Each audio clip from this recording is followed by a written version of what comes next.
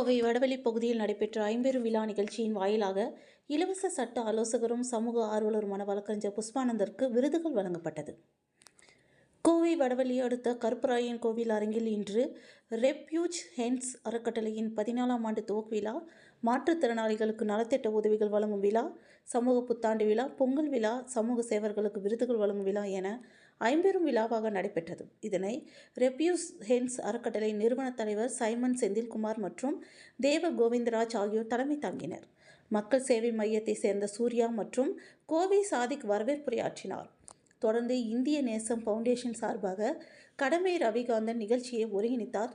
தொடர்ந்து கோவை மாநகராட்சியின் கல்வி விளையாட்டு பூங்காக்கள் குழு தலைவர் நா. மாலதி சிறப்பு விருந்தினராக கலந்து கொண்டு மாற்றுத்திறனாளிகளுக்கு நலத்திட்ட உதவிகளை வழங்கினார்.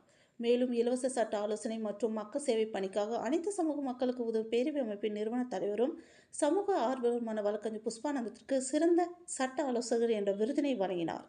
மேலும் இந்த நிகழ்ச்சியின் கோவை மாநகராட்சி 41வது வார்டு மாமன்ற உறுப்பினர் சாந்தி சந்திரன், தேசிய சட்ட ஆலோசகர் டாக்டர் பாலன், முன்னாள் வழக்கறிஞர் குமாஸ்தா சங்கீதா உள்ளிட்ட பலர் கலந்து கொண்டனர் என்பது குறிப்பிடத்தக்கது.